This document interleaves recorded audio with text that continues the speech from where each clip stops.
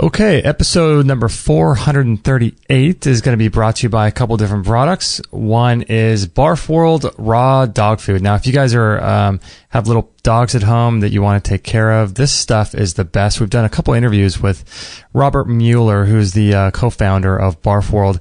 Barf Dog Food stands for Biologically Appropriate Raw Food Diet, and they've got some great recipes: beef, chicken, lamb, and they also have a combo recipe as well.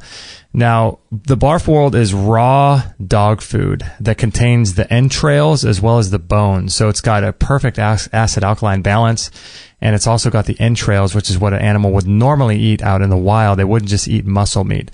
Maggie has been on the Barf diet for a couple years now, and she just thrives. Like, she's got so much energy. It's incredible. So if you guys are interested in this, you can grab this on our show page here.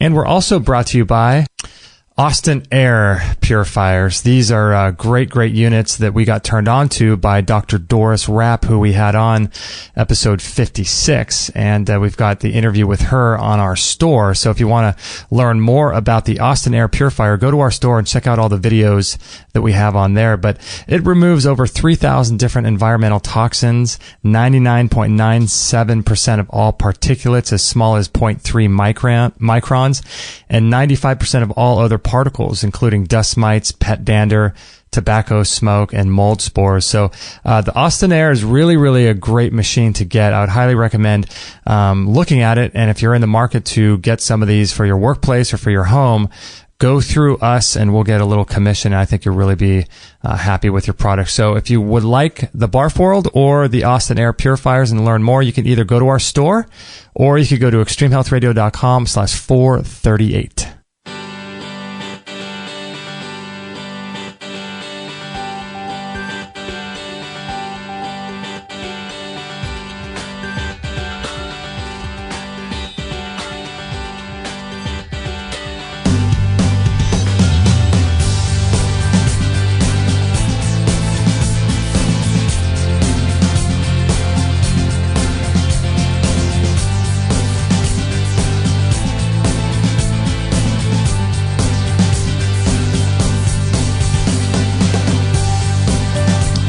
Alrighty, everybody. Thank you so much for joining us on episode 438 of the podcast. We really appreciate it. Got a great guest for you today. We're going to be talking about mold. It's a big issue in today's culture and today's society.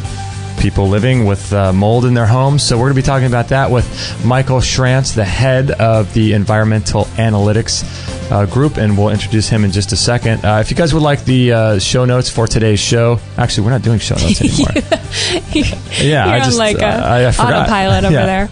If you would like to listen to the podcast on the website, you can do that at extremehealthradio.com/438.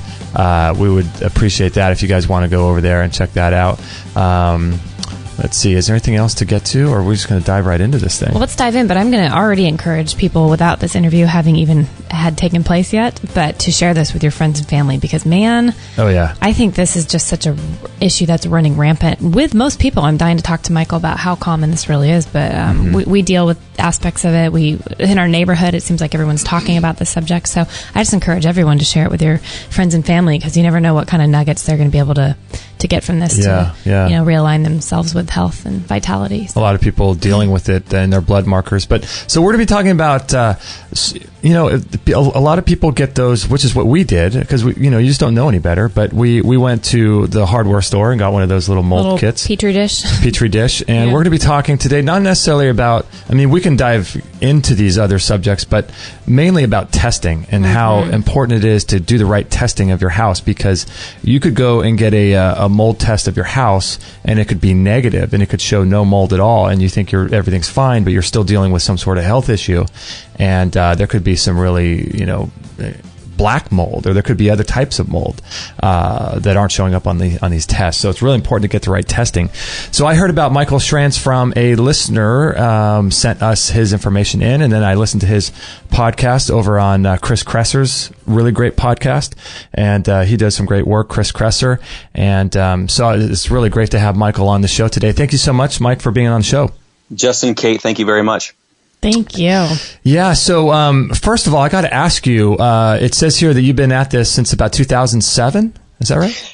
Yeah, I actually was involved since 1996. Environmental analytics company that I created opened its doors in September of 2007. Oh, I see. Okay. So you've been at this since the late 90s. I think you're a part of the Southwest, Russet Southwest Corporation, and you led the indoor air quality department there?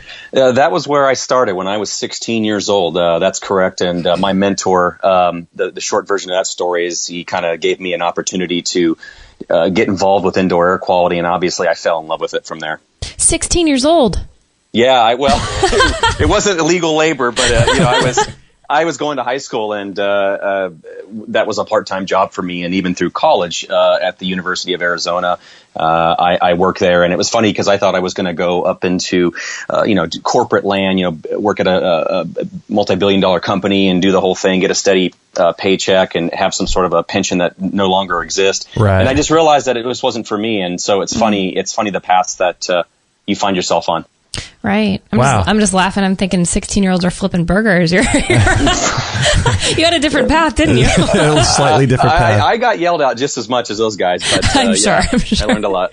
That's funny. Wow. So you've been at this a long time. Yeah. So was I correct in saying that it's important for people to do the right testing? Because we've done shows on the effects of mold. We had what was his name? We had Dr. Stephen Hines on talking about.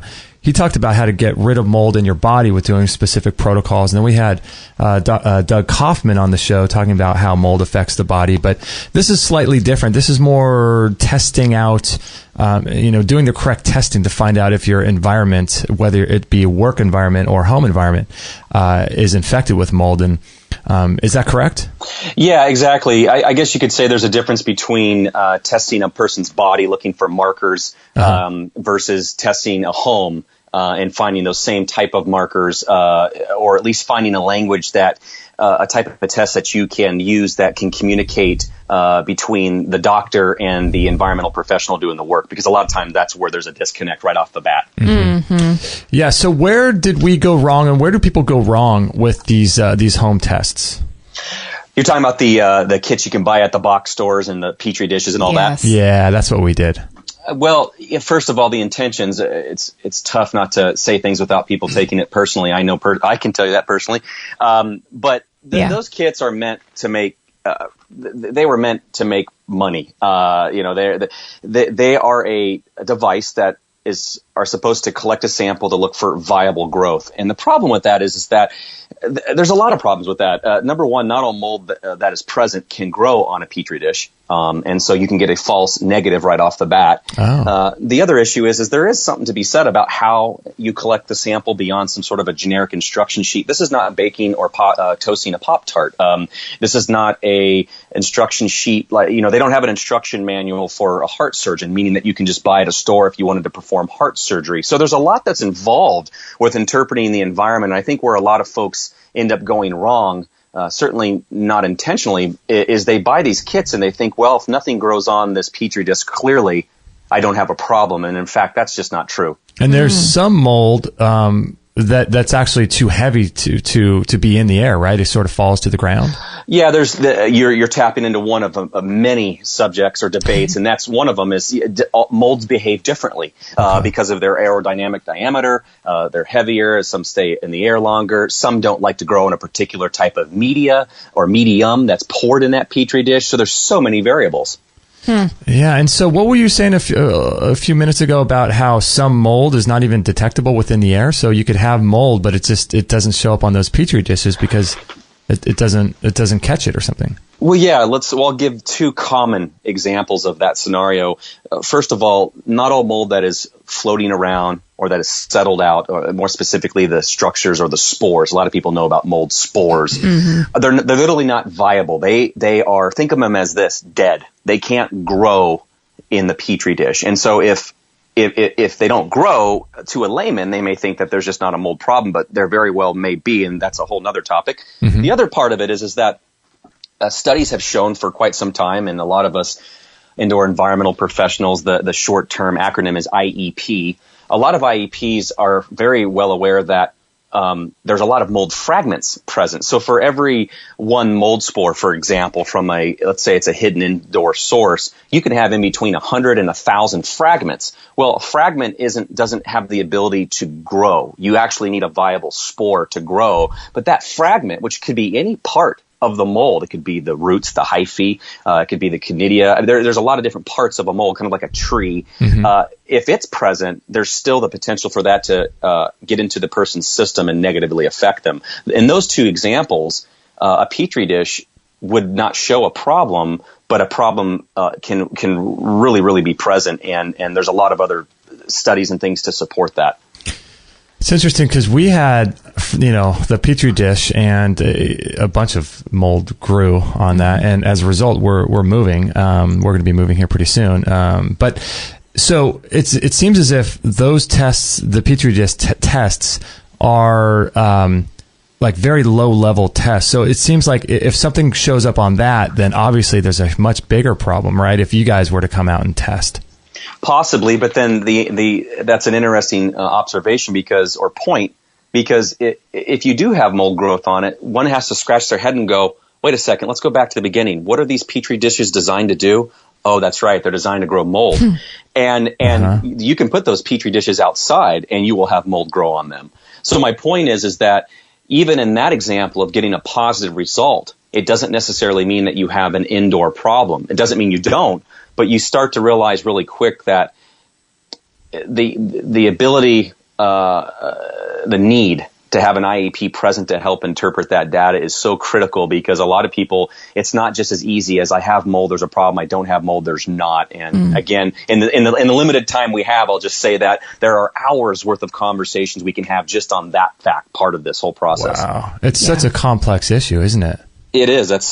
And fortunately for me, I over the years, you kind of like a puzzle, you're able to put things together and figure it out. But for many, they're lost. They don't know where to go. They go online, they read social media outlets and forums and groups, and there's horror stories. And it's just, the problem is there's not a mold police to help regulate this as much as we would like. And that's another issue. So. Well, I'm curious, before we delve into the next subject, though, I know that, of course, we get the petri dish, we see this horrifying, these waves of green mold spreading out, and we decided not to send it in. But of course, like you said, I go online, I see these mold experts, they come out, it's going to be an upwards of, even $1,200, and they get samples from different areas and outside and all this stuff. Is that as ineffective, unfortunately, for people as the petri dish?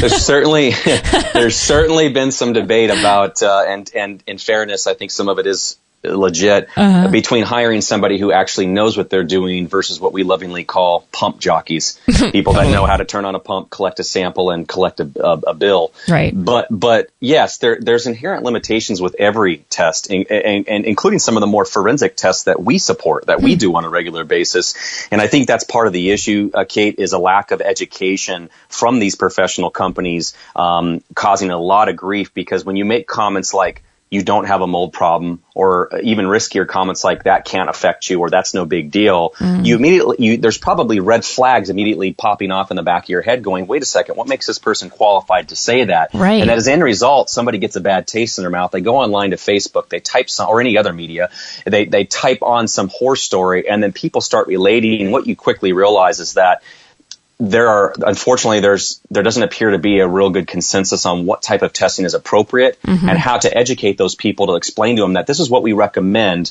and here's what we would do if you don't have the budget for it. This is great. This is why we have you on. Yeah, this is why. So what percentage of people are actually dealing with mold, like real problematic mold, in your opinion?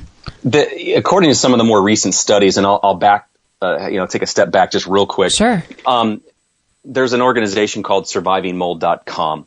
And Surviving Mold is led by Dr. Richie Shoemaker, a pioneer with people who suffer from what's called chronic inflammatory response syndrome, or CIRS. And there was a lot of data. There's tons of studies, all research driven, to suggest that up to 24% of the population can be affected by mold, who have a specific genotype or certain markers that don't allow their body to process biotoxins the way an otherwise healthy individual would be. Okay. Within that study, within that research, there's a consensus statement that a few IEPs, myself being one of them, released on there that talked about those questions about how many people are we talking about. And so here's what I can tell you. Up to 50% of the homes and workplaces in the U.S. have, according to studies, have either had past or current water damage. Mm-hmm. And so if you do some basic math, if you go back to that whole 25%, 1 in 4 people are genetically susceptible to the development of this type of negative exposure. You're talking about millions of people that could be affected by an exposure to mold because of, and it's not just about whether or not you have the genotype. I mean, even if you're not mold sensitive, it doesn't mean that it's okay all of a sudden to have 100 square feet of mold on a wall and just ignore it. Mm-hmm. But I think the issue is that there are tons of buildings, especially older buildings, that no doubtly have experienced either a flood, a plumbing leak, a roof leak. The number's in the millions. And so there's a lot of people that are in buildings that have had this history. I think the better question is how many people know that? Oh, right.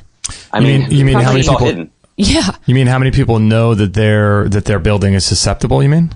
Well, certainly. Well, I'll back up a half a step there. When we talk about buildings that have been impacted by a water intrusion, we know that the number's in the millions. If studies that have been done in the U.S. suggest that 50% of homes and workplaces have had past or current water damage, you know the number's a lot. It's high.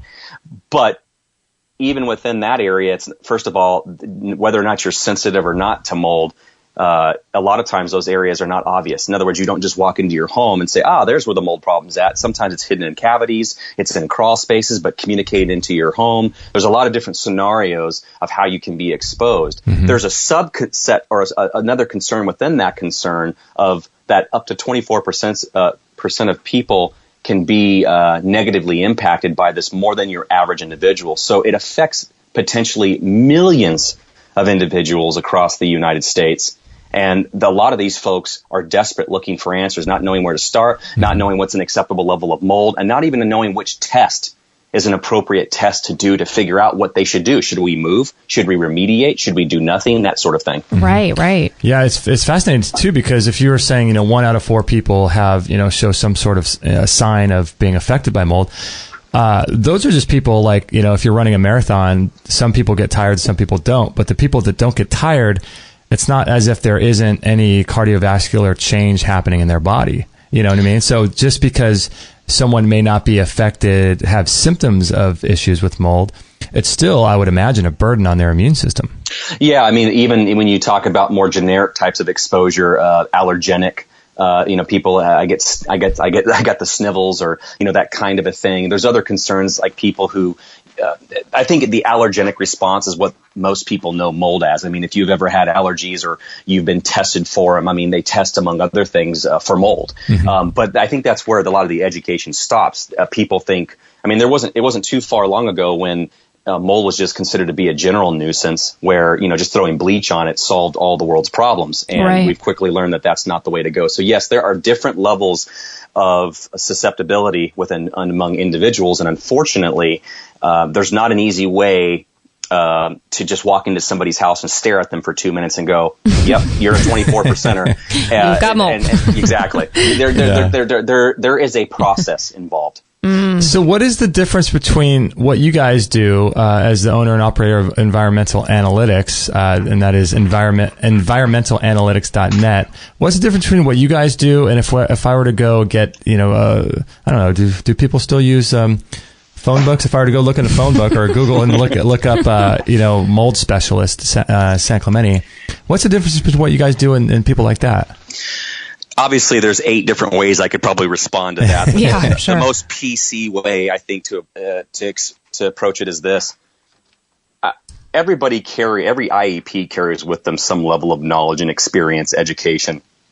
And I think there are some individuals in the industry, and unfortunately, they're not always easy to identify. Fortunately, I know a few of them, who go to the next level in terms of understanding, why are we taking a spore trap sample for 5 minutes in the air in someone's home and thinking that that's going to somehow conclusively tell us that there's a quote unquote mold problem in the home? So to answer your question, I think what separates my company from a lot of others is that education, that learning from medical doctors who are qualified who know about mold exposure, and we're able to communicate with each other and realize that there are certain tests and protocols actually available. There's actually a protocol called the Shoemaker protocol where you collect a certain type of sample, and that sample provides diagnosis and treatment direction. Whereas generally speaking, anything else I've ever heard is kind of more off the hip, based off of the doctor's professional opinion, or take some sort of a anti-inflammatory type pill, but it doesn't really go address the root of the cause. It's a Band-Aid solution. And so word of mouth is really the only way that you can screen. Having that education, learning about building science, I think is key. There's a lot of companies that they don't understand or don't seem to demonstrate in their in assessments when they're doing testing that your home is a living organism. It has lungs. Usually that's in the form of an air conditioning system with ductwork. It's got a pulse to it. The ever-changing pressures of the outdoor environment and the indoor environment, opening and closing doors. You ever shut one door in your house and the other one slams behind it or opens up? Mm-hmm. You have pressures that are part of your living condition, and those pressures are pathways and transport mechanisms, and understanding how that all works ultimately can help lead you to figuring out where there could be a possible source, having a better understanding of where molds would typically grow in a particular environment. Well, we found this type of mold. Well, if we found this type of mold, here's where I'm going to look at. I'm not going to look in the crawl space, and here's why, or some other example. The last thing I will tell you is that I think a lot of folks in my industry who do my type of to this sort of general mold testing, they don't even know that or use some of the more forensic tests that are available to them. I think it's fear-based, and it's certainly hard for them to sell it because it's more expensive. And one of those testing options they have is a process called qPCR.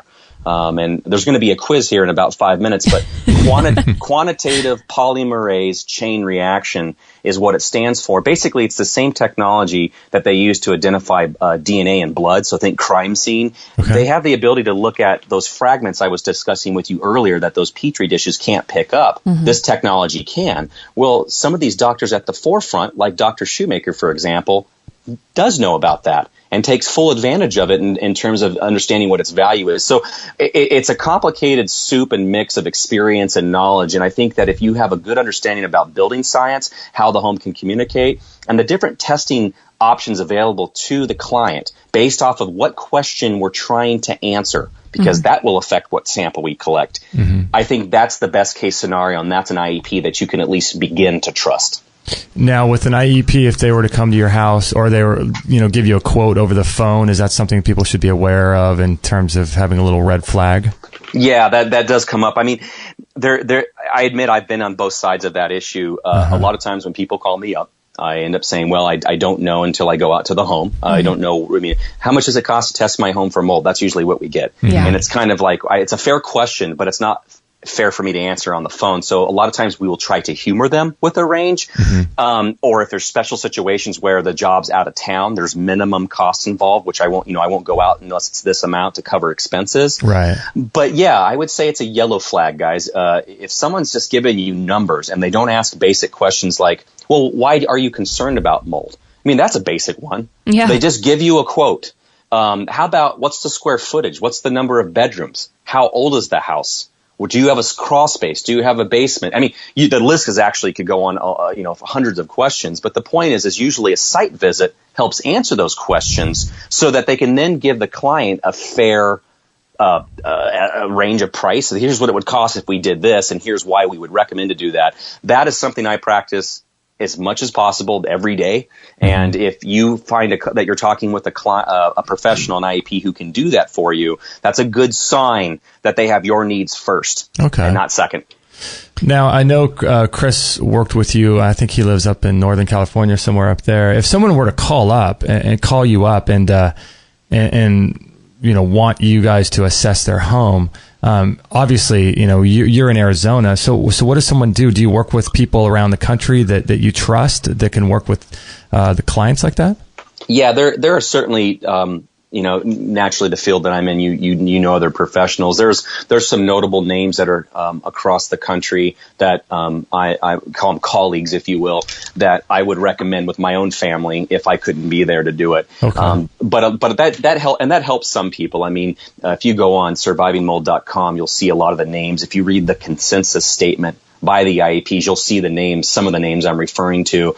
But beyond that, a lot of folks, the majority of them, still lack. That's great. None of the professionals I trust are within 1,000 miles of them. Mm-hmm. Uh-huh. And so what we're actually recommending, and what I did on the Chris Kresser podcast, is there's a website.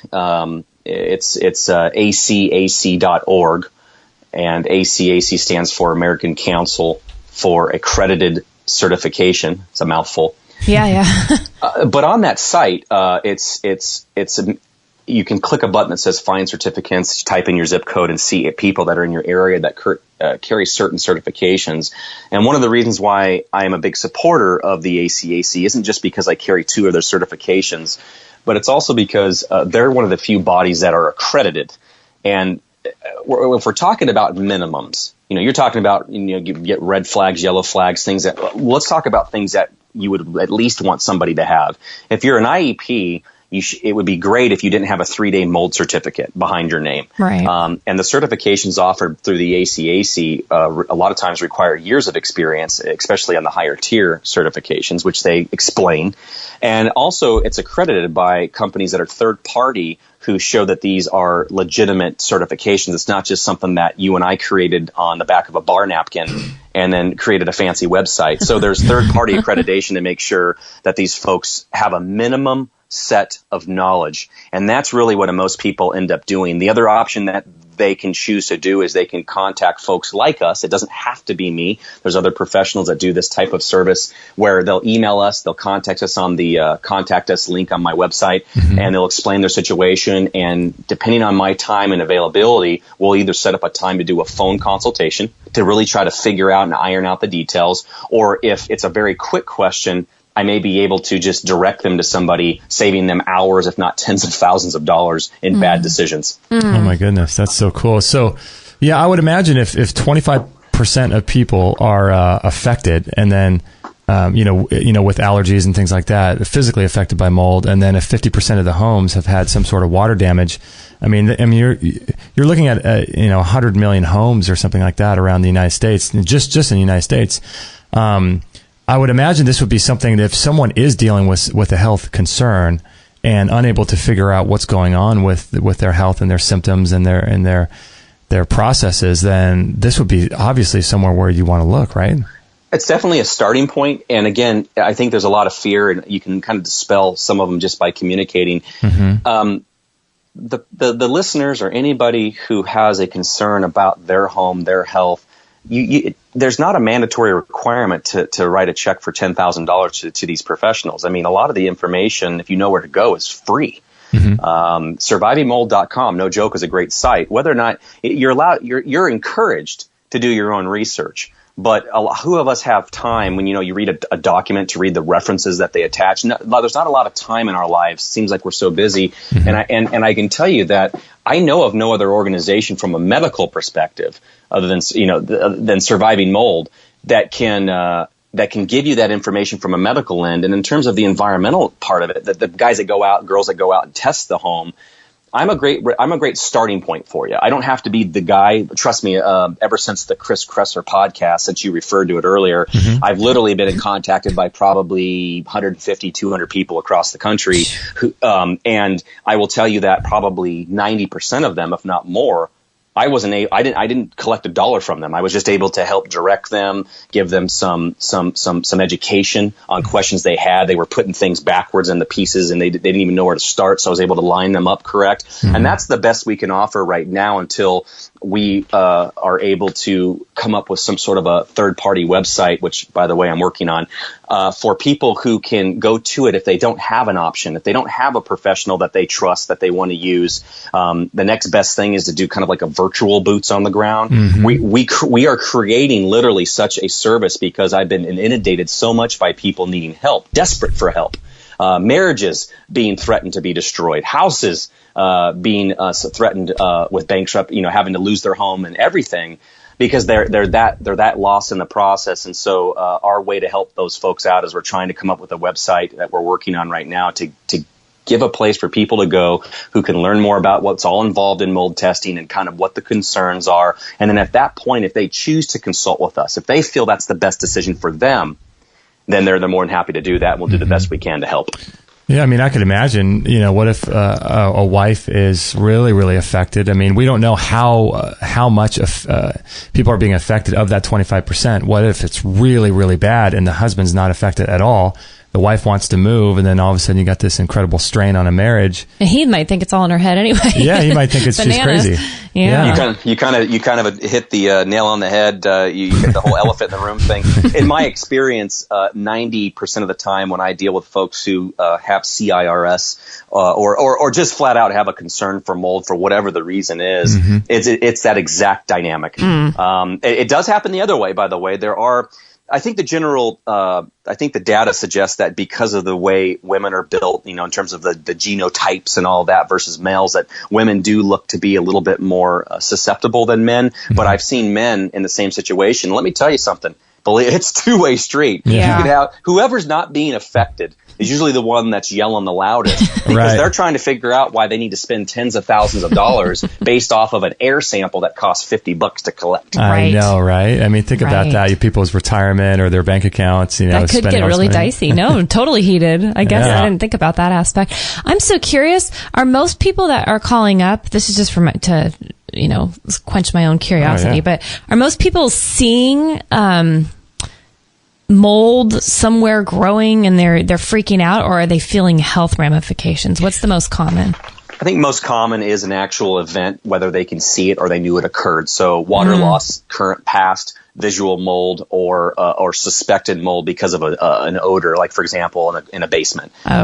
So obviously there's a bias. I mean, I don't get a random person naturally like my next door neighbor calling me up, but we do get those calls, and a lot of times there is something to it. Their issue ends up being trying to define how big a problem it is. Right. Guys, mold is such a tricky issue because we've seen, people talk about it and heard people talk about it, and I've read about it. People are talking about how it's that there's been mold spores found in space, and if you go underneath the soil, you got this mycelia that sort of acts as almost like a spider web blanket that just covers the entire planet. I wonder if is it even possible for someone to remove mold in all aspects from their house? I mean, and would you want to? Yeah. Is it something that it's part of living on the planet Earth? Yeah, I think the best way I can respond to that is there is a general understanding, agreement, certainly a consensus and thought of there's no such thing as mold free. What there is normal fungal ecology. The issue is defining what normal is, and you'll find that there's all sorts of other debates and that going on. But generally speaking, normal is kind of what you would expect your home to have in it if you, A, didn't have an indoor mold source or any source nearby, like a crawl space communicating mold into it. And also, it would be reflective of what your outdoor molds are. So you have a fungal ecology that surrounds your home, all sorts of sources. There's no way to get around it. Right now, as we're speaking, we are breathing in, among other things, mold, spores, fragments, you name it, from the outdoor environment. It's not a clean room situation where you can somehow quantitatively prevent or show numbers to prevent that entry. So there is a difference. And I think what you get into is, A, some people don't even know that. And so that's a starting point. That's a bit of education. The other thing is that's what our goal is. It's hiring a professional, an IEP, who can come out there and determine based off of what your outdoor environment is, whether or not it's reflected on the inside. And if it's not, of course, the next question is why, and do you have a source, and where, and how do we go about finding it? Okay, so do you want to say? No, go ahead. No, so it's important to figure out what mold spores at what level is happening outside your home and compare that to what's on the inside, right? So like what you just said, that comparison is important, isn't it? Generally speaking, and I would say generally represents 90% of the time, yes, there are some exceptions. There are some actual indexes that don't require an actual outdoor sample, ways of interpreting your data that we can talk about as well if needed. Wow, that is fascinating. So you were saying that many homes have water damage and things like that. I would think that even just a heavy rain would cause a potential issue, wouldn't it? Sure. Fluctuations in the presence of mold, seasonal variations, temperature, rain, obviously. And even if the rain doesn't cause an initial problem, the raindrops are kicking up stuff that were otherwise settled, and now they become airborne. So there's a real, it's almost like a beautiful dance of nature doing its thing. Unfortunately, some folks wouldn't call it beautiful when they're being negatively impacted. All I can tell you is, there is that variability. And that is a key variable in the equation that an IEP should be looking at when they start to speak with their client after they're done sampling, making comments, which is a lot of what gets these folks into troubles because they make absolutes. You don't have a mold problem. Oh, don't I? How about at the time I tested with the limitations of the tests that I took, I do not detect any evidence of a quote unquote mold problem according to my own proprietary testing criteria. Now that sounds like an attorney wrote it, but that's more reflective of what they should be saying. Anybody who says you just flat out don't have a mold problem, and I want to say one more thing. Anybody that says that you don't have a mold problem should really back it up with something substantial. Here's the other side of it. I'm not trying to let you or the listeners think that you have to have a mold problem. By no means. It's just when you understand something and you can get a better appreciation of what mold's about, you're able to draw your own line in the sand of comfort. What are you willing to be worried about? What are you willing to do to investigate this problem? Right. And some people, unfortunately, are treating mold fear-based, from a fear-based standpoint, and they treat it like radiation. If there's one spore that they find in their house, they're going to have to get rid of everything. And I think you guys would agree with me that there is an extreme on both sides of the concern, that you shouldn't be concerned at all, and that there are some people that literally should be walking around or rolling around in a gerbil ball cage. I think there's a happy balance, and I think that's what life's all about. Is it's educating folks and putting things into perspective, because almost everybody I talk to, at least one variable of what they bring up in our conversations is so off based, and I can usually respond to it with data, with peer-reviewed studies, whereas they can base it off of a fear-based driven thing. It's not based off of anything rational. Yeah. In your opinion, is any structure salvageable or no? Are there some that are just too far gone? You can't even deal with these places? I would think that I'll speak from my own experience. Yeah. I have yet to come across a home where the recommendation was to rent a bulldozer. But what I will say is I have been involved in a couple of homes where the remediation exceeded $100,000. Now, that's relevant, right? I mean, one house was worth $500,000, the other house was worth $4 million. If it was an apartment or it was a $100,000 home, that's a different situation. So I think most homes can be returned to a pre-loss condition. I think the issue is finding the talent available to do such work. Now, did you want to say? I'm just curious, when the talent comes in and, you're working with the right people and you have a good team of people, I'm picturing, I don't know why I'm picturing people in like hazmat outfits and things. Like, how gnarly of a process is that to treat these big problems? Are people putting themselves in danger? I mean, I'm sure that they've, worked through ways to protect themselves, but is it something where everyone's leaving the house? And I guess it depends on the situation, but like in a black mold situation, it doesn't even seem like people would want to be exposed to that for the cleanup, right? And I think you also, made a good point that it does depend, right, on the nature. Are we talking about a guest bathroom that's not normally used that can be set under a proper containment, so that you guys can continue to live in the home because you literally don't have the funds to go rent a hotel while you're waiting? The reality starts to kick in versus what we would just recommend, because anybody could tell you, stay away from the house, don't do this, throw that away. But the reality of it is that some people literally can't do that. It's under a bridge is the next option for them. Right. And so we deal with, and what I'm known for, what my reputation is known for, is I'll still stick to the protocols that I truly believe in, but I'm willing to have a conversation with those folks. And the deal is that I make them own their own responsibility and their own decisions, whereas they're looking to push it on everybody else. Like, well, if we do this, then am I guaranteed not to have a problem? No, nothing's a guarantee. Right. And the other thing is, to your question, is it depends on, are we talking about an easy access plumbing line? Are we talking about an issue where you have a poorly poorly built crawl space where there's a tendency for contamination to grow up in there, and maybe your flooring in the home is old, so there's a lot of cracks, and there's a tendency for things to communicate into one space to the other, you might imagine that to fix that is a lot more expensive than, say, just replacing some drywall in a bedroom closet that was even under containment, even using the proper controls that are available. Well, you just painted a beautiful picture of what that would look like when the process is done, quote, right, because it's different than these guys, like you said, coming and just scooping up air samples and taking them off and then kind of definitively saying you do or don't have a problem. I love that people, you're right, are assessing the building, because every building is its own ball of wax. I mean, it has to be. There's not a cookie cutter template that says, you have house style B, remediate as such. There is reasoning behind the decisions. I think it really, what I've learned is that you talk about in generalities of what's the biggest way we can help everybody. It's education. Mm-hmm. There are so many people stating their opinions, and that's all they are, not based off of fact, not based off of research.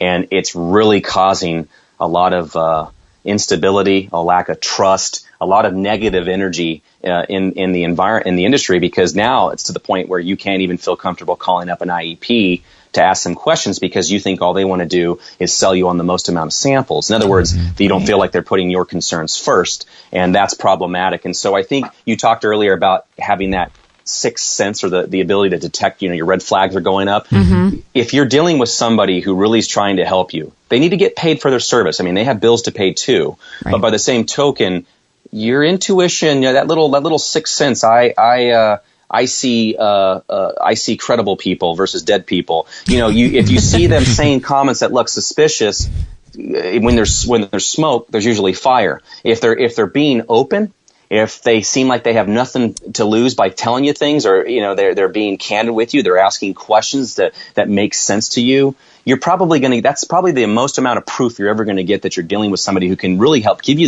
those answers to your questions of, how much is this going to cost to remediate? Do I need to be in my house or be out of my house? Mm-hmm. And let me just tell you, we never subscribe having anybody be in their home while there's any remediation done. It's just that sometimes there's containment controls, different strategies that people can use to isolate that work, to help folks who just can't up and leave their home.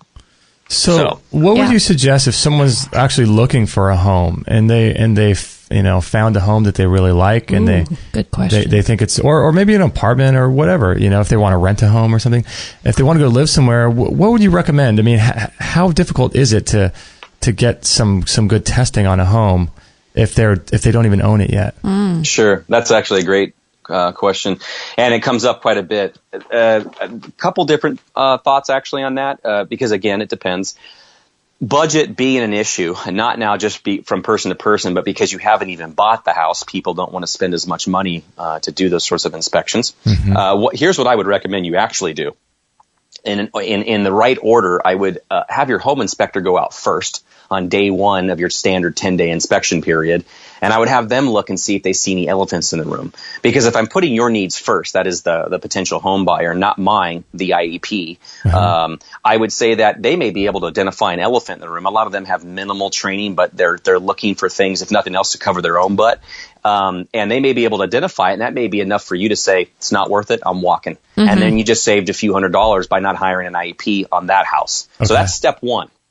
Step two is, if for some, you want to proceed and go the next step, I would consider having a visual assessment done by an IEP, because at least having boots on the ground to look for some of the signs that aren't so obvious to the layman, that aren't so obvious to a home inspector, they may be able to detect for you, and you're going to spend a few $100s versus maybe a couple grand.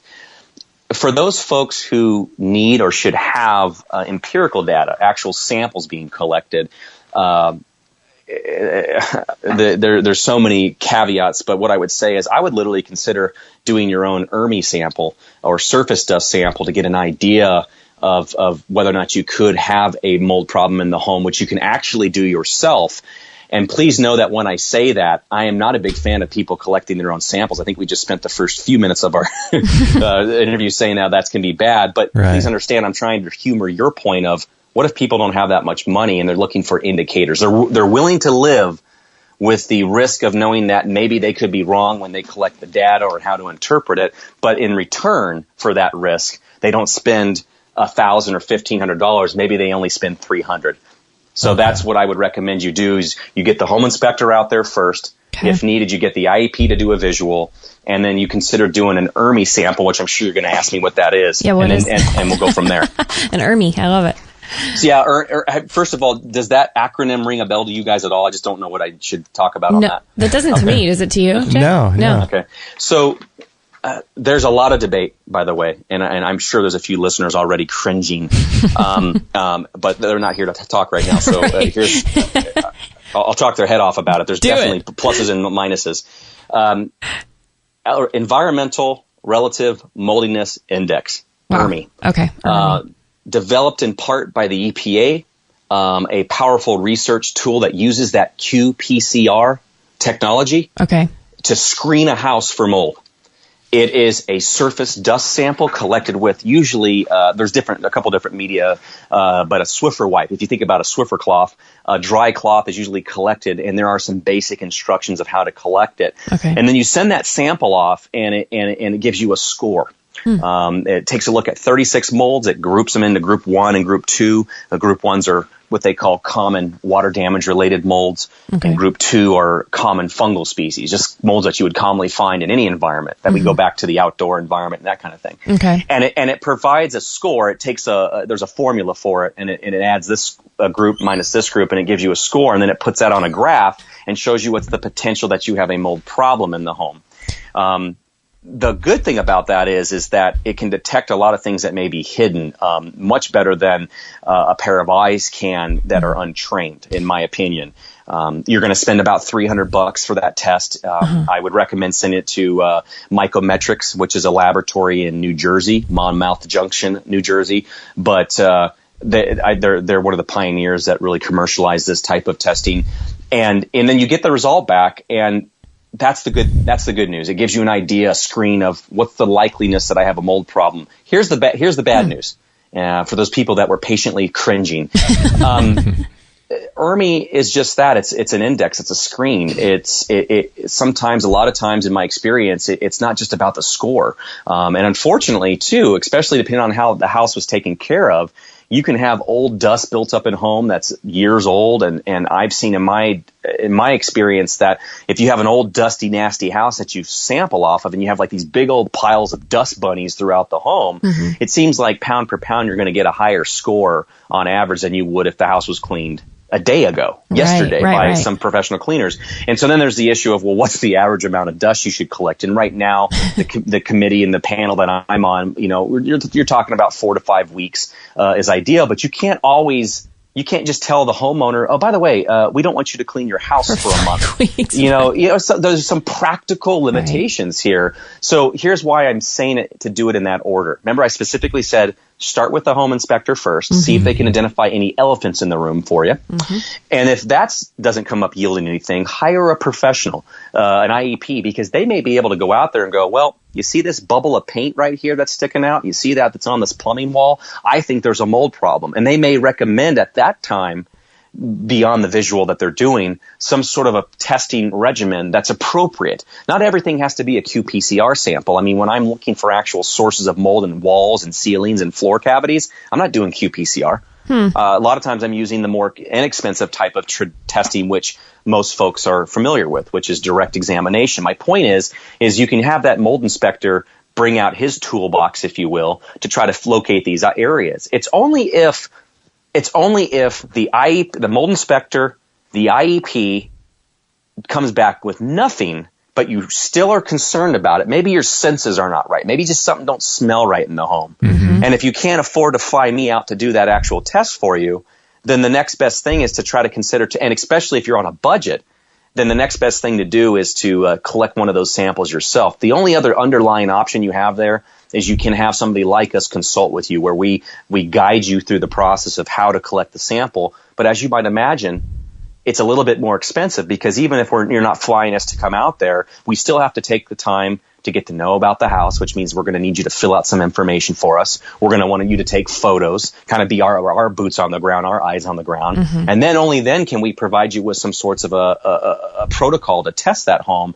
to see if maybe there's a mold problem that was hidden that you never would have known about until it's too late. And so as you can see, it's not a perfect solution, but it's the best one I can recommend because of all the other unknown variables involved in this process. Mm-hmm. So that's fascinating. I'm so curious about people who have to submit testing to insurance companies and things with their health reasons. Mm-hmm. Are insurance companies accepting like a home testing kit as proof that could be toxic mold to a family, or are you having to go so many layers deep with what you guys do to actually have some of this stuff turn around and be able to help them with coverage of medical expenses? Do you know? To be honest with you, when it comes to the insurance industry, we don't really get too involved. Not in the capacity that you're talking about. Okay. Usually, if they're hiring us, it's because they want us to work for them to talk about something. But to answer your question, I think that a lot of the insurance companies, in my experience, will stay away from the actual testing. Some will cover the remediation, but they're going to want you to. It depends on your coverage, so you have to talk with your agent and see what kind of coverage do you have. Mm-hmm. Some of them have exclusions. We don't cover mold, right? And they do that for a reason because it can get out of control. Of course. And they don't trust the people that are doing the work.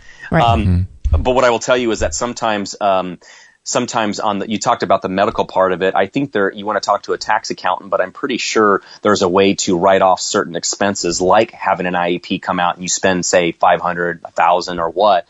I think there's a way to write that off, but that's a tax accountant question. Interesting. Mm-hmm. Okay. Yeah. Wondered how that worked. Is Mycometrics the only lab, or are there other ones that are just as good as that as well?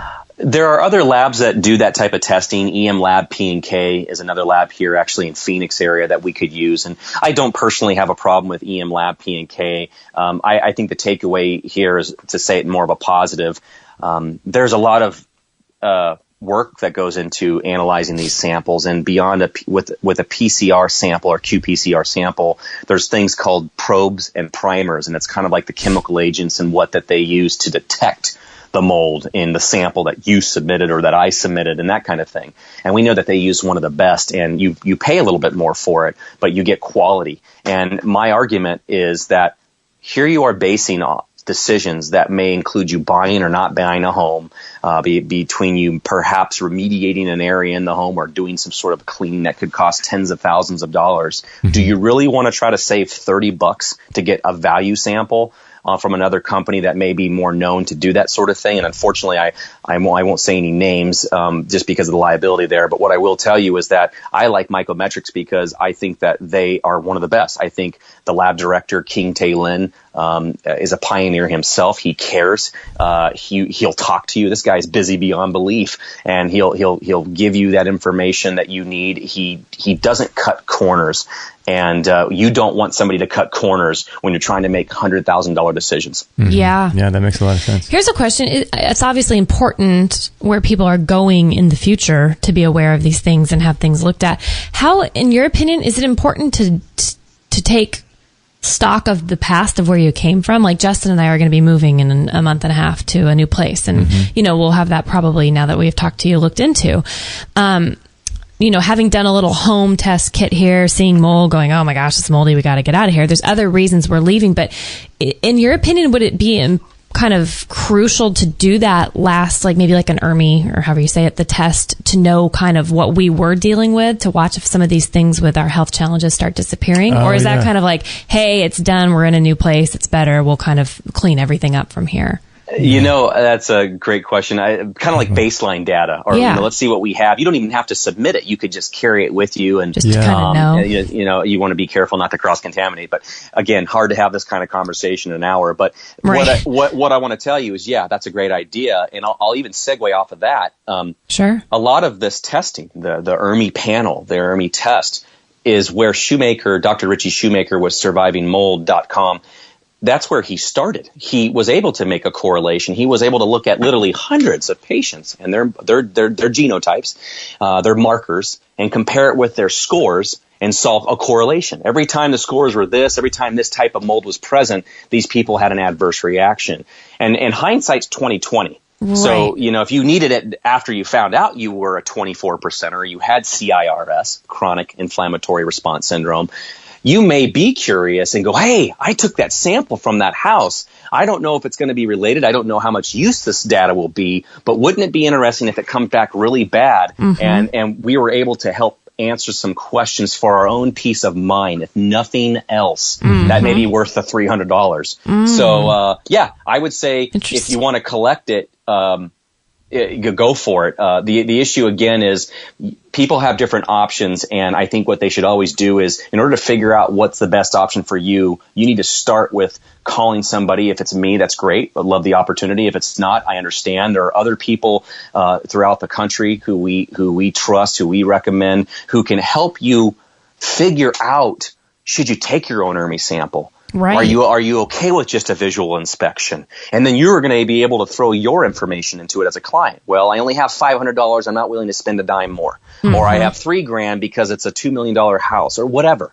There's so many things that affect it, but you want to start with people that you trust, and I think that's a no-brainer. And if you're looking for a place to start, quite literally what I would do is I would go on your computer, I would type in www.survivingmold.com, and I would, right on the front page there, I'm doing it right now to make sure I'm not giving bad information. There's kind of like a drop down of more articles, and there's a indoor environmental professional panel consensus statement, and you click on it, and it's a PDF. It's for free. You will see the names of people that practice.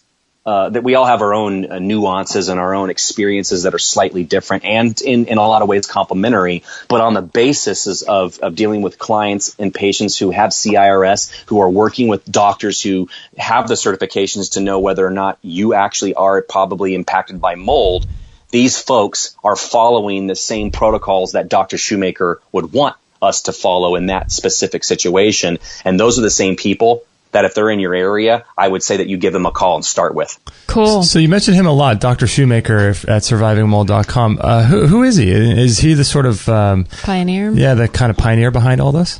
Yeah, Richie Shoemaker, he's a medical doctor, and I think among our community, and there's quite a number of us, recognized leader in this particular endeavor. Without giving you the long story, because you can actually click on his picture and it kind of goes back into like how he got involved in all that. He's got a lot of reputations, and so, as do most of us. And I would say one of the most complimentary ones to him, in my opinion, is that he's a stickler when it comes to, if you're going to say something does something else, you need to prove it with data and research and peer-reviewed studies. In other words, don't give me none of this. It's your professional opinion, because that doesn't count. That doesn't cut it. And so he is research-driven, peer-reviewed driven. He brings the knowledge. He brings the proof. He has a list of other CIRS certified physicians throughout the country. Some, I believe there's even a couple that are out of country. I think there's one or two in Australia. I mean, it's an expanding field. And when he identified this, he uses the phrase Holy Grail. He found a problem that no one else could solve. Going to their doctors, and patients were saying, "Oh, you just have psychological problems," or "It's no big deal," and people were still feeling sick. They didn't look sick, but they felt sick. They didn't have the motivation to get off their couches. They experienced what we call brain fog, or what our industry calls moldy brain. It doesn't mean that everything is mold related. You'll find that CIRS expands beyond mold. It can include VOCs. It can include bacteria exposure. But mold was a big component. If you talked about what's the most common exposure, it seems like mold was coming up a majority of the time. This is one of the only doctors I'm aware of, and as you might imagine, I deal with a lot of them, who seem to connect the dots and provide the research so that when someone asks the question, well, how do you know that's what caused it? He gave you an answer, and nobody else could. Wow. And so he's worth, if you want to spend time, any listeners, researching a place that you feel you can go to trust, a place that can give you the medical angle, can give you the environmental angle, which is kind of more what I do, I recommend you go to survivingmold.com. It's informational. It's not meant to, and for $4,650 and 3 months a month, you too can be healed. It's not about that. Right. Yes, if you see one of these doctors, you're going to have to spend some money. But here's the thing. A lot of these doctors, in my experience, are your biggest advocate. It's amazing what these doctors are able to do to help you with your insurance and other sorts of things to really help get you in a situation if you are one of those individuals who have this problem but don't have the money to help fix it. So start there and see. You can learn more about Richie right on the front page. You click on his thing. There's a few paragraphs about him, where he started. Mm-hmm. And then take a look at those consensus statements, because that is the culmination of medical experts and IEP professionals in our respective fields coming together, agreeing on a lot of the questions that you've asked me today, including when do you test? How should you test? We didn't talk much about remediation other than a little bit, but it even goes into that facet right there. Yeah. I wonder if he's someone we should consider having on the show. I think that's a great idea, and I know he does podcasts and radio interviews all the the time. Okay, maybe we'll reach out to him. That would be great. We didn't ask you this yet, but I'm curious how often someone should test. So let's say someone gets a mold test, because I know you went through the ringer with Chris Kresser, and he tested and retested and tested, retested. If someone actually comes out with a cleaner test, I guess I don't know if it's possible to get a completely clean sample, but let's say they feel like, okay, now we've done all the work, we've done all the testing, our house is good. Should they retest? If so, how often do you think? I think, first of all, there's not a set, protocol for that, but there are some guidelines. We'll start with the common sense ones, right? If you think there's a problem for whatever the reason is, maybe another good time to test. It doesn't matter whether you have CIRS or not. That's just the common sense. But then you dive a little bit deeper. For those folks who have been formally diagnosed with CIRS, or if they otherwise are considered to be immunocompromised, that sort of thing, a lot of folks will recommend ranges. Like, let's say they've had a bad experience in their home. There was a water loss, a flood. They've remediated it. Things look good. It's tested out good. A lot of times what will happen on a clearance test. So keep in mind, you found a problem. It's been remediated. You've tested that area out to make sure that it looks like it's been cleaned up appropriately. And then a lot of times what will happen is folks will test a month later. And the reason they'll test 4 to 5 weeks later is because they want your house to acclimate, to return to its normal living conditions. Having plastic strung up, having HEPA vacuums and damp wiping and dry wiping, having negative air machines that suck air into containment to keep things under control is not normal. And your home will communicate as such, and it won't be normal. So you want that house to build up and reacclimate into its normal living environment, and then they'll sample it again. And if things check out good, then it's just a personal preference. If you're working with a CIRS physician, for example, and every 6 months or whatever, you're getting your blood work done, and the doctor says that they've seen a spike in one of your levels, like your C4A levels or whatever the marker is, that may be enough justification for you to resample your home. I would ask the people that are, if they get in that actual situation, reach out, because they're either dealing with a doctor at that point who knows what they're doing, so they can ask them, or they can contact somebody like me, and I can help provide guidance in case they forget half the things we've talked about today. I know this is sort of outside your expertise, but you just mentioned one of the C4A levels. Do you know by chance, off the top of your head, any other levels people could look at with their blood to see if they're being exposed? The Shoemaker protocol has a bunch of different things. I know MSH.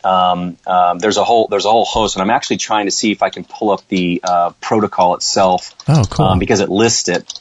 But it's only some of it. I mean, it's not something. In other words, this is also not like something where you go to the store and you buy a how to do heart surgery kit. You don't just simply look at the numbers and go, well, clearly because I have a C4A level greater than 20,000, I must have this or I must have that. In the Shoemaker protocol, I know he focuses on MSH levels and C4A, but I also know that there's a bunch of other markers they use. So what I would recommend folks do is they go on the Surviving Mold website, and I believe, just to give them some direction, there's a link under symptoms and treatment, and there's a few different things that you can click on. It'll literally walk them through step by step on some of the things that these doctors look at to tie it all together and determine whether or not you're being exposed into your home. Interesting. Yeah, we'll look at that. Very cool. Now, go ahead. I have one quick question. Yeah. I'm just so curious about folks who have air purifiers and think they're doing this really great. Were you going to ask that? I was just going to ask that. They're doing this. We have the same mind.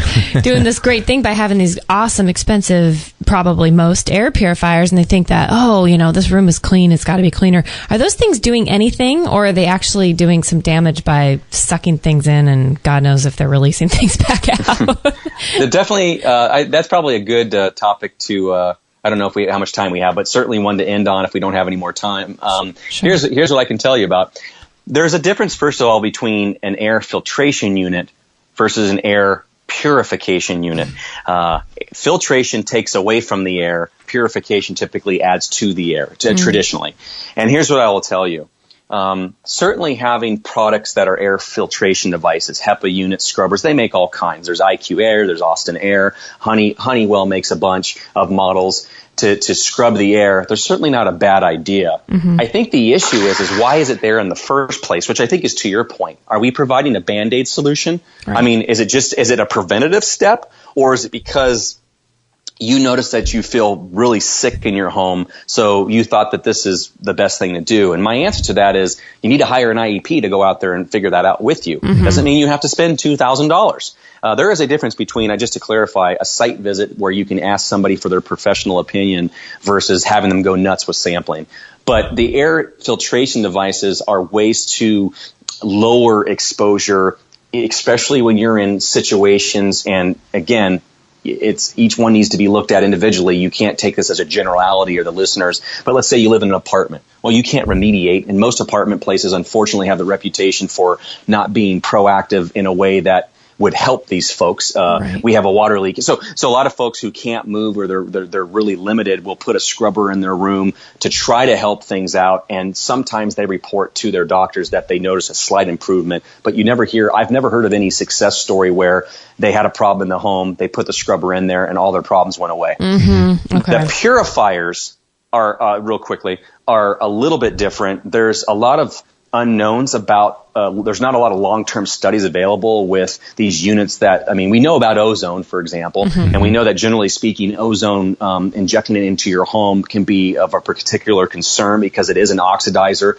And if it has the ability to oxidize and break things down, I think there's a couple of concerns, one of which is how does it not have the ability to break down the sensitive lung tissue that you have? Why are the lungs, there's different questions about exposure to ozone. There's other newer products, new technologies right now that are releasing things called hydroxyl radicals, which are kind of like an oxidizer itself. And we are starting to see anecdotal, subjective improvements from clients who are using some of these products. But unfortunately, we're also hearing folks that said they've used it and they've gotten worse. So in my personal opinion, the verdict is out on purifiers. And I'm not saying you can't try them. Maybe that's your only option you have. And if it works for you, great.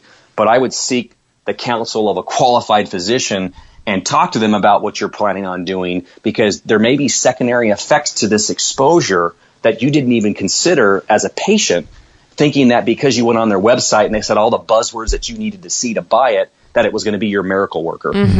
Yeah. Yeah, it's important for people to get to the root cause of things, just like what you're saying, it's, if someone's putting a Band-Aid on something that's, there's some root cause that's causing them to be sick, a purifier is not going to be the answer. But, if someone has done all that work and they have done what they can to limit their exposure to mold in their house, obviously throwing an air purifier on top of that might be something, for them to consider if they really want to, but not to use it as the remedy itself, right? Oh, we lost him. Did we lose him? Are you guys there? There you are. Hi. There we go. Sorry. Not at all. About that. Yeah, no worries. So, I wanted to ask you, just closing out, it's environmentalanalytics.net, right? Is that where people can get a hold of you?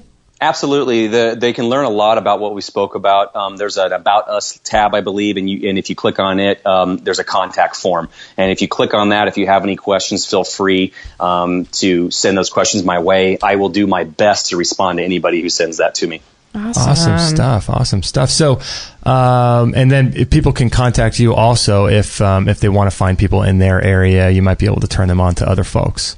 Absolutely. Yeah. It has been a blessing and also a learning lesson about the opportunity, one, for me to be able to help folks in need. At the same time, it's really sad to see how many people are seemingly affected or sick.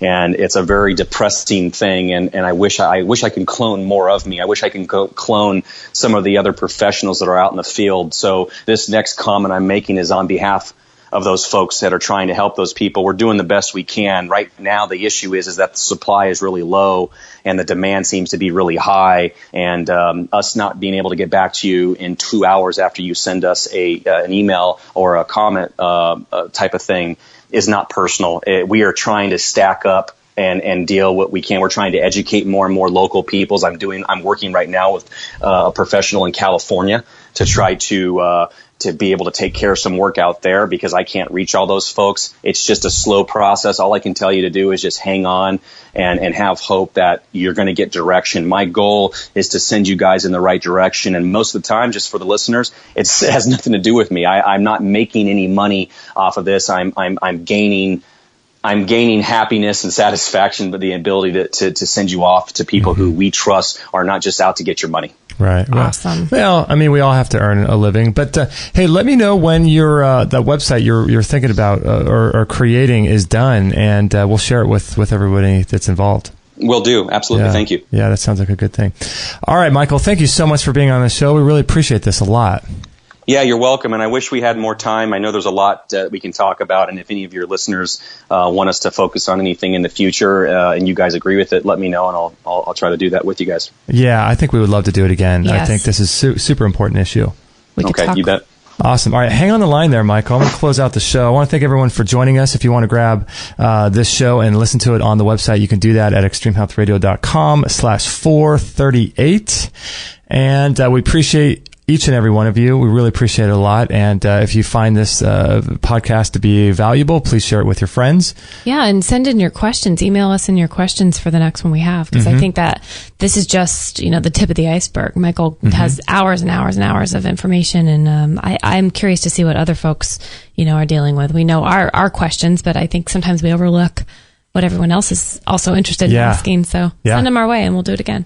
We'll do it again. And I want to thank everyone for joining us. We'll catch you guys on the next episode. Hey, before we get started, I just want to let you guys know, don't forget to check out our store. We've got so many great products in our store, and I'm just so proud of everything that we have in there. It's just such an incredible place to go for unique and cutting-edge alternative health products and things like that. And our store is how we are able to continue to do this show for free. So your support is amazing, and we appreciate so much all of you guys visiting our store. We've got all kinds of cool stuff on there, like jewelry. We've got the Cocoa Jack, which is a really cool tool to open your coconuts really, really easily. Grounded bed sheets, water structuring vortexers, the Vitalizer Plus. We've got grounded running shoes. We've got organic, chemical-free, toxin-free, heavy metal-free cookware. We've got the biomats. We've got Morocco Method hair care products, Anne-Marie Gianni skincare, Living Libation skincare, EMF testing products for your home, water filtration systems, the Berkey. We've got Excalibur dehydrators, standing desks.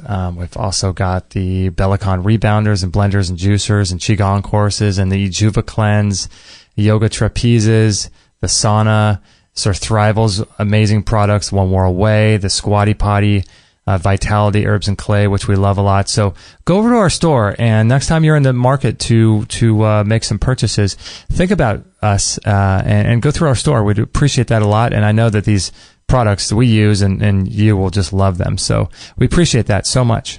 Do you think you have moldy brain? Like that documentary by, what's that documentary we got sent? Called Moldy, isn't it? Moldy, yeah. Moldy. By, what's the name of that guy with the bulletproof coffee? Oh, Dave Asprey? Dave Asprey. Moldy. We should watch that yet. Yeah, we should watch that. It's sitting there with all of our spare time. Oh, no, but that's important. I've wanted to watch it since we received it. I don't know what our problem is. I know. We'll get to it. Yeah. Lots to do in a day. You know what's cool about talking to Michael? What's that? Michael?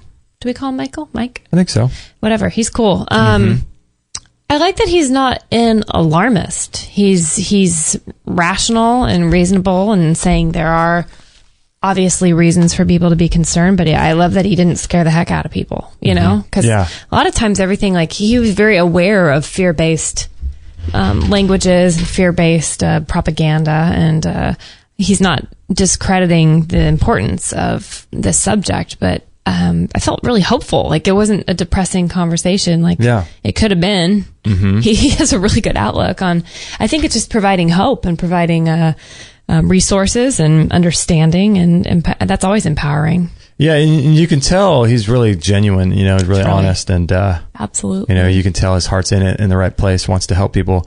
That's crazy though, that 25% 24 of people feel the effects of mold. I think we're in it. You think so? I think we're yeah. I can tell you though that since we've been here, our health has been affected dramatically. Yeah, we've been very negatively impacted from when we lived in our other place, didn't we? And I wonder, because this building here, I think, is since the 50s. The 50s? Yeah, I've lived in old buildings since I moved out of my parents' house I think I was 20. Yeah. And now I'm 37. Every place you've moved has Every been place I've old. lived has been old. Except for that one place down closer to the beach. My first move out was okay. And I was only there for 1 year. Every other place I've moved since, which has probably been 6 or 7 places, has been really old buildings. The oldest one I've lived in like 3 or 4 different places from the 20s. Mm-hmm. Remember back in the hotel days, you were drinking the hotel water, and before you knew any better. Yeah, people listening probably think I lived at a hotel. Yeah. It's an old converted hotel that it was from the 1920s, late 20s, converted into awesome apartments. It was pretty cool. It was like 40 some odd apartments, and there were all these little. It was really neat. There was a cafe downstairs, and it was like you were living in Europe, but you were living in a beach town. Yeah, it was really cool. But yeah, Spanish building. The old pipes, man. We'd be drinking the water. I drank that water the whole 3 years I lived there. Just out of the tap? I bathed in it. I drank in it. I boiled it to make my, all my gluten-based meals at the time. Gosh, think about you boiled that water on pots and cookware that's leaching metals. It was leaching metals, and then I'd pour my Kraft macaroni and cheese. I've come a long way. Oh my gosh, you've come a long way. That's crazy. Think about that. You're leaching heavy metals, and then you already have tap water, and then you're putting Kraft macaroni and cheese in there. While I'm in my lead-based paint apartment. We had to sign, a thing saying we were very aware of the possible health ramifications going into running such a unit. And, you're 23 and invincible, and you think, oh, lead paint, whatever. They painted over it. It's okay. Yeah, the lead's gone. Don't worry about it. It's just copper pipes, drink it. Oh, my gosh. I'm sure that, there was so many issues with my living conditions. I had a great time, and at the time I didn't think I was being affected negatively, but holy mackerel I think I'm feeling the ramifications and the after effects still. Yeah. To this day. I'm a little concerned. this building is old, and we've had all kinds of roof leaks and problems and mushrooms and things visible to the eye. Mm-hmm. But I'm concerned about what we can't see. We've had an attic up there, that's sealed off that we've never even been in our hallway, and you wonder what's lurking. And what do you think? Should we contact Michael to do? Should we do some testing before? Because it would be good to know before we leave, like he said, if for nothing else, just data. I think it's important for people to know, even though you don't really want to spend the money. I know. But I think it's important because if no one really spends the money, we're not going to really realize how much this is affecting, or if there's a correlation, or right. I'll never, once we move in 2 months or whatever, I'm not going to be able to get back in here and get that sample from our living. It's like that's just gone as part of the past. But if it could help me piece together, I thought it was interesting how he said Dr. Shoemaker was kind of helping people piece together a lot of their health challenges with, it's like treatments as well. That's really cool too. Because it's one thing to be able, you have so many different sides of this. You have the testing side, and then you have the fixing side. So it's one thing for someone to say, yes, you have mold. Right. And then it's one thing else for someone to say, okay, here's how we fix it. Mm-hmm. And then it's another thing for someone to come in and say, okay, here's what it does to your body. And then it's another thing for someone to say, in terms of your body, here's how to fix it. Mm-hmm. So there's like 4 different levels to this where, it's important to get a handle on it, I think. I think so too. And I thought that was interesting at the beginning of the show where he talked about, not all people with genetic mutations are going to have mold problems. But I find it fascinating that the day we moved in here, I'm not kidding, the day, it was like, I think 3 days prior to us moving in, they let me paint the living room. That was cool. They let me paint it so it wasn't just ugly and white, and I felt more homey, and so I was in there painting it. And I was living off these bean and cheese burritos from a drive-through a couple streets over. Mm-hmm. This is 6.5 years ago. And I remember... You've come a long way. I've come a long way, but I remember it was literally, I'd get those things, come here and do some work, getting ready for us to move in, and I started having negative reactions to that food. That was the moment where I realized, oh, I might not want to be eating flour. Oh, I might have an issue with cheese. I might have and then from there, it's gone into these other strange kind of sulfur issues where, okay, so then I give up gluten. And then it's like, oh, why can't I eat eggs? I give up eggs. Oh, and then why can't I, all of a sudden onions and garlic are a problem. Like, it's been 6.5 years of this slow decline. And I just find it really fascinating that it started day one, the minute we moved in here. So isn't that interesting? I would love to. I think I would like to do that ERMI sample at least and spend the $300 or whatever, and just for my own peace of mind. Yeah. And then watch my levels and my blood work being done every few months and see what changes. I mean, next time we get our blood done, we should figure out from Dr. Shoemaker what the markers are, and for then the chronic inflammatory disease. Yeah, and then our next blood test we can do that. I'm interested. I think for me. I mean, he was saying if you kind of have a hunch, that's enough of a reason to do a little bit of testing, and then if you find out, you can do more testing and stuff, but based on what your findings are. But in my gut, something says I would like to know and have that information before we exit this place for my own knowledge. You know what we need is more people like Chris. What is his last name?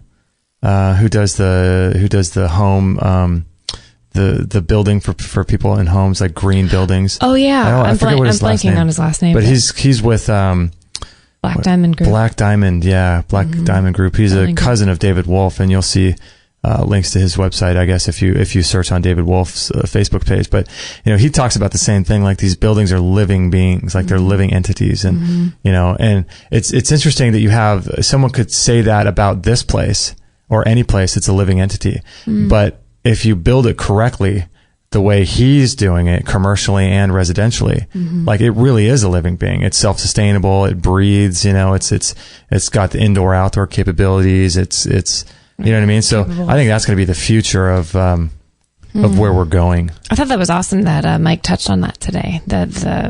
I've never thought of a house as a living being, to be honest. And then he starts going through like what that means. I said, yeah, that resonates with me. And on a spiritual level, I mean, I know that sounds crazy, but certain houses, they have different vibes, and I think, wow, how could that attach or certain entities with people with problems with their, ghosts and paranormal activity and stuff. And I'm thinking, wow, it's interesting that it would, quote, attach to a living entity versus something that's dead and dormant. Yeah, that's true. So the life of a house seems to be real to me on a lot of levels. I wouldn't be surprised if we don't understand even what goes on energetically in a house. There's an interesting correlation. For those that are interested, his number is 520-290-6653 at environmentalanalytics.net. So you can find that out. He's just a nice guy. Yeah, super nice guy. Yeah, I liked him a lot. Good guy. Good guy. And so we'll share also his website. I'm not sure what that was or exactly, but when he's done completing it, we'll share it with you guys too on Facebook. So if you follow us on Facebook, you'll see it in the coming months when we post that. Environmentalanalytics.net. And this was extremehealthradio.com/438. And if you enjoyed this show, please pass it on to your friends. If you really enjoy it, please buy through our Amazon link. That's how we support the show. So if you can just bookmark our Amazon link, that would be great. A lot of people are also donating to us on Patreon to keep the shows 100% free. So you can do that. Thanks for that, guys. Yeah, super, super grateful for those of you that are doing that. And that helps. I mean, we pay all of our bills, everything through, listener support. Yeah, all of you guys supporting us and helping us keep it free is great. So Amazon is a great way to do that. Patreon is a great way to do that. You can donate a couple bucks a month that comes out of your account once a month.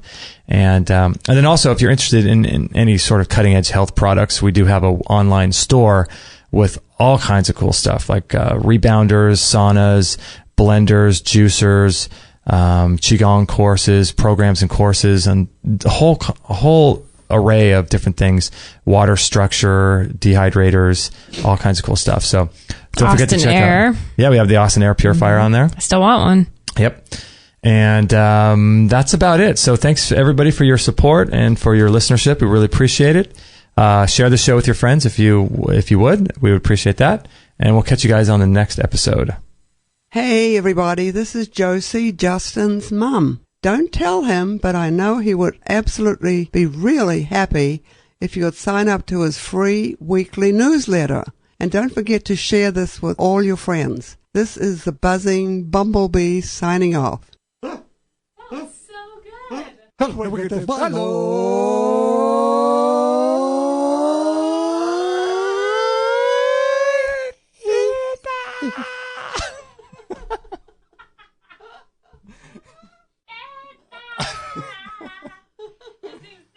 Oh my gosh. No material on this blog is intended to suggest that you should not seek professional medical care. Always work with qualified medical professionals, even if you educate yourself in the field of live food, nutrition, and alternative medicine. I'm not a doctor, nor am I offering readers medical advice of any kind. None of the information offered here should be interpreted as a diagnosis of any disease, nor an attempt to treat or prevent any disease or condition. While information in this blog is discussed in the context of numerous conditions, it can be dangerous to take action based on any information in this blog or to start any health program without first consulting